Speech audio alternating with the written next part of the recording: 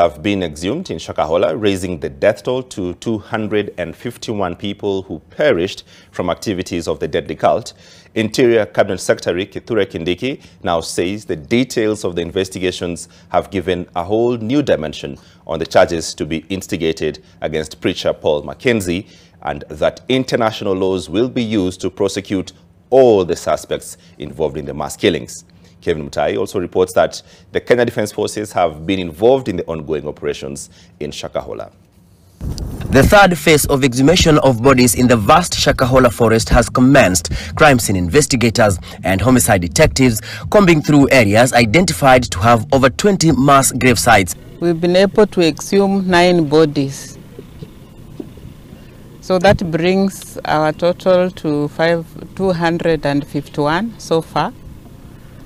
The rescues remain the same at 95, the arrests at 35. We will not leave any of our people in this forest, whether they are dead or they are alive.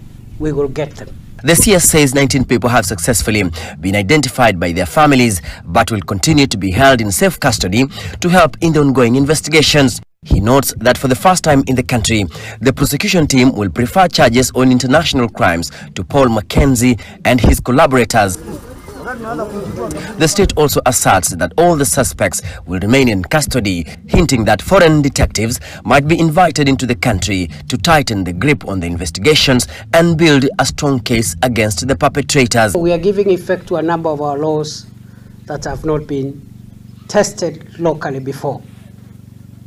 One is the International Crimes Act of 2008, which criminalizes genocide, crimes against humanity, extermination, and all those crimes that I've mentioned.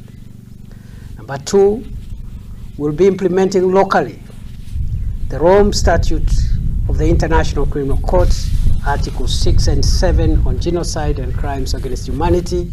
A team from the Kenya Defence Forces has landed in Shakahola Forest and will continue constructing security roads in the 37,000 acres of land. This will facilitate the ongoing search and rescue operations and mapping of the grave sites located deep in the forest. Surveyors from the national government have also started demarcation of the entire ranch, dividing it into blocks of between 200 and 500 acres. This is not a place that can be reverted to farming and to ranching and to other human activities, because the souls of our brothers and sisters, adults and children that we've lost here require much more dignity than that.